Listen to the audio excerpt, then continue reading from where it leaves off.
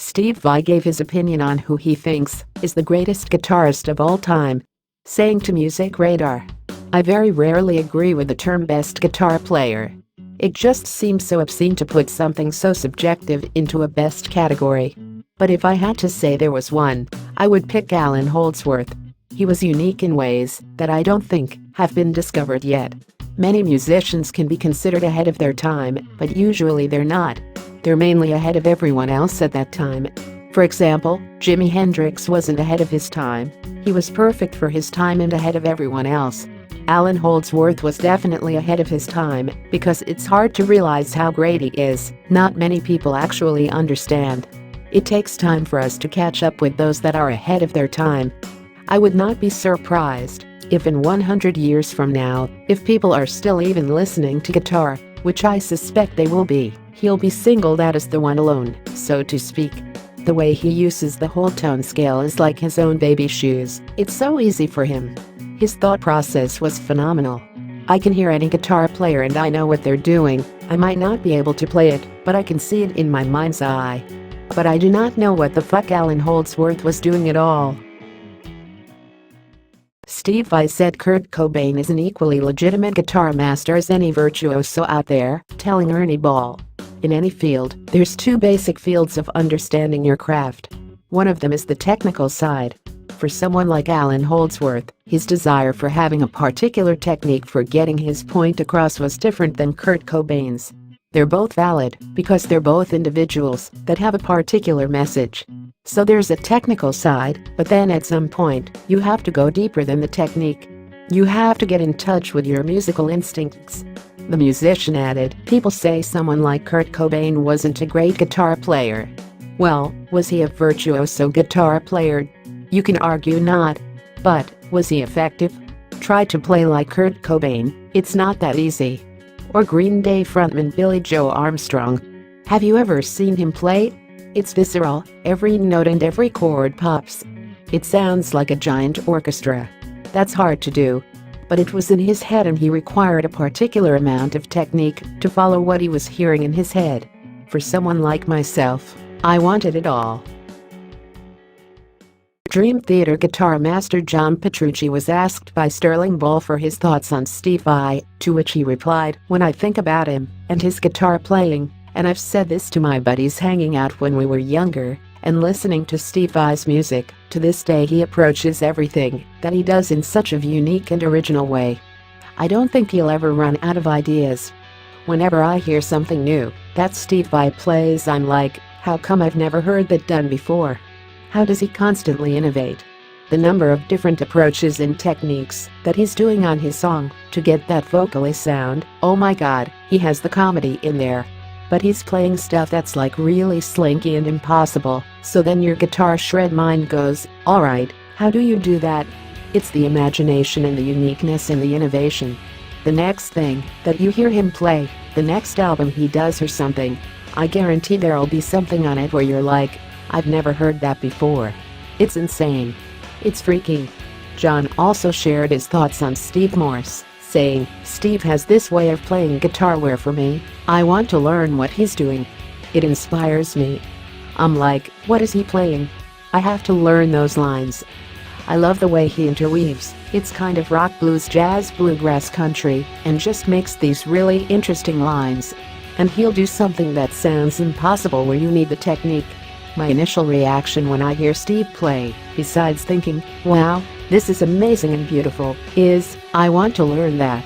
I literally want to transcribe what he did and find out."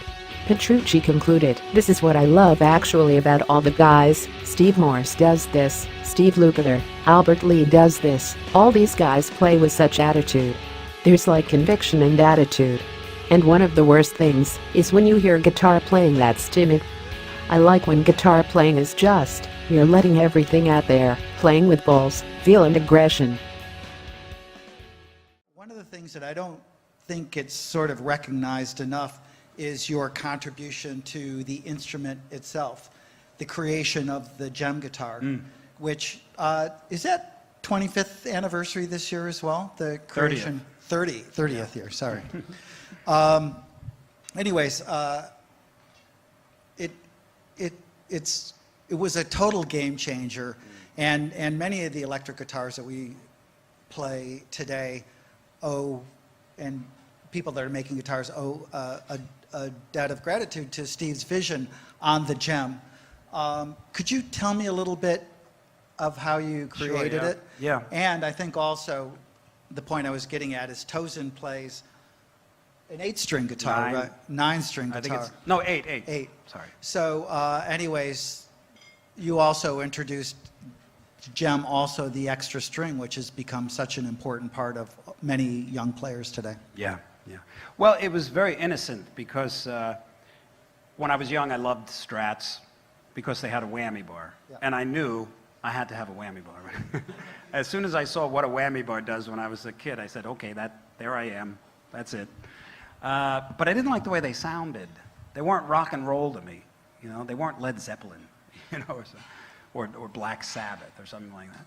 So I loved Les Pauls. I liked the way they sounded, but I couldn't sit with them. I couldn't play them very well.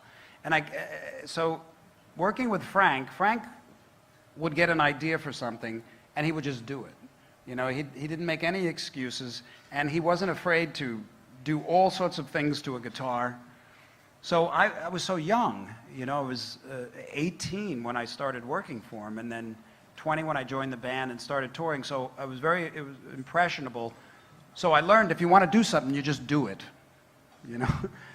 So I was thinking I'd like to build a guitar, and I wasn't quite sure what. So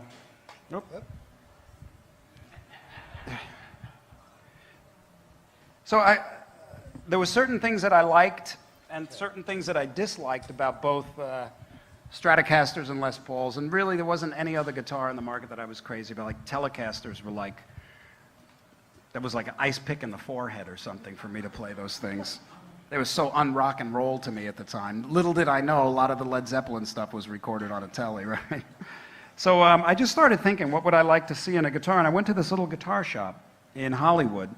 And at the time now, I was joining Dave Roth's band, and I had this beat-up green, I called it the Green Meanie, but it was a Charvel. And it was right when those, what do they call them, a mixture between like a Strat and a Les Paul. There's a terminology for it, but it's basically a Strat style body with a whammy bar with a humbucker pickup. And that was Edward. Yes. Yeah. So he really introduced that, and I said, well, that's smart. You know, you don't have to have that single coil pickup when you're trying to rock out. And so I said, well, I know I want that. But there was a lot of other things I wanted, and I went to this little guitar builder, and the first thing I did was I drew the body. I thought that Strats looked really nice, but they weren't that sexy, really. You know, because they kind of had rounded edges and stuff. They were a little utilitarian. So I wanted something a little more kind of angular and sexy, because I think this is very sexy. And I thought, I can't understand why these people are making guitars and they're giving you these frets, but you can't reach them. Duh, you know. And I wanted 24 frets. I think maybe Grover Jackson in a Strat, Super Strat. That's what they call them, yeah. So I wanted 24 frets, and I wanted to be able to, this neck is scalloped, but on the conventional Jem, only the last 4 frets are scalloped because you can really grab the note, you know. As Yngwie would say, you can really grab the note by the balls, man. So I thought that was a good idea to scallop them up top, and it was totally cut away, because I thought, I'm just doing this for me, you know, who's going to want this? And totally easy there. Now, one of the elements that was really absorbed into conventional contemporary guitars was the 3 pickup configuration, the way that it's wired. Right. Because at the time, I didn't know it was new. It was just something I wanted, but all the research and everything tells us that, yeah, there was no production guitars. But these are humbuckers, and they have more of a fatter, warmer sound than single coils. These are double coils. But one of the great things about a Stratocaster that I loved is they all have single coils, and when you put two single coils on at once, like this one and that one, it's a completely different tone. It's that, it's like a tubey, kind of warm. The Hendrixy. The Hendrixy kind of The thing. Little Wing sound. Yes. Yes. And you can't get that with these conventional humbuckers at the time. So I came up with this idea to split the coil, so when I'm in this position, I get the full-on humbucker, which I loved. And in this middle position here, it turns these two pickups on, but it splits the coil, so it's two single coils. So you have two single coil pickups, so you can get that sort of stratty sound. And that was unique at the time. And then the middle is just this, and then the same thing here. You split that coil, and then you got your balls to the wall here. And that was unique at the time. I only needed one volume control, one tone control, so I got rid of the other. And I moved it down a little bit, the volume, because on Strats, most guitars, the knobs seem to get in the way. But the one thing, and then there was a couple of simple things like the input jack. No guitar that I knew of at the time had a practical input jack, because they had them like where you plug them in like this, straight in, like Les Pauls, and you step on the cable and it falls out. Like, duh. So, and Strats had it, however they had it, it was just really easy to step on it and have it come out. So I just put it here, and never a problem, unless, of course, you're swinging around your head. So then, but the real thing was the whammy bar. I love the whammy bar, and the Floyd Rose was popular at the time, and it was new, and that was a godsend. Well, it was hell until they put the fine tuners on it.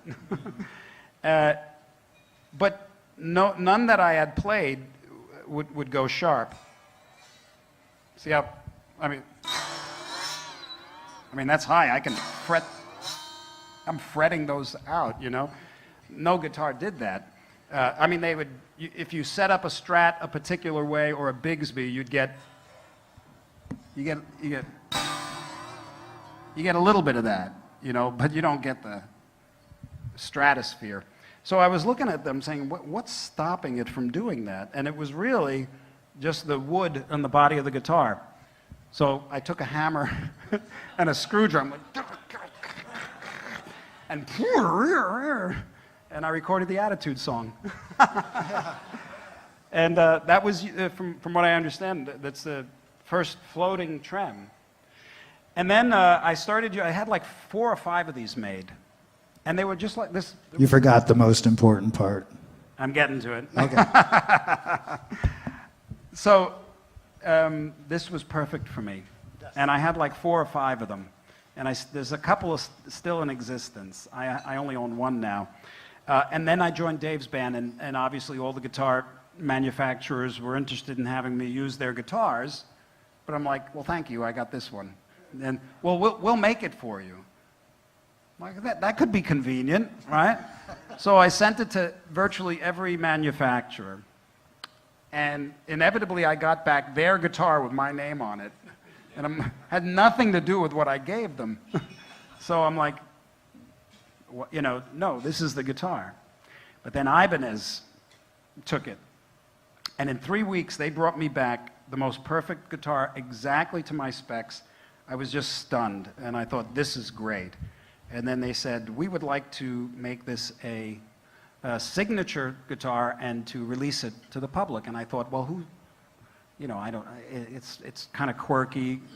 I thought, okay, we'll see how it goes. But I thought, there's also elements to this guitar that are very practical and might be borrowed, which is fine. That's how we all stand on the shoulders of everybody that came before us, even in manufacturing.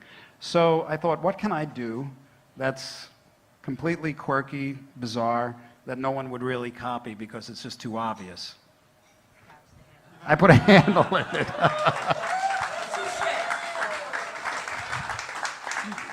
Yeah. And originally I did it, my friend Joe DeSpagni, it was my best friend from Long Island, he's a guitar builder too. And he did it for me in my earlier guitars. But I thought that it would be just great to be able to pose with it, And of course, one of my favorite things is give the one little evil eye through the hole in the guitar. So that's how it came about. And I have to tell you that I was stunned at the success of this. To this day, frankly, and confidentially, don't tell anybody,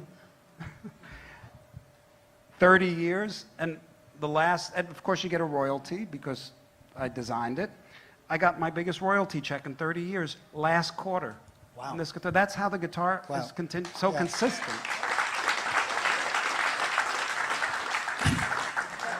And then they wanted to do, because it's so quirky, they wanted to, Ibanez was interested in making a guitar that was much more reasonably priced, so they asked me if they could make the RG guitar. Well, they already had an RG, but then they wanted to make this guitar without the handle, and that's basically the RG.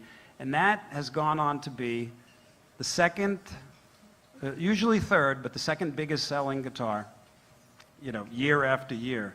And then a few years after they gave me this, I came up with the idea to put the 7th string on it, and God knows what happened there.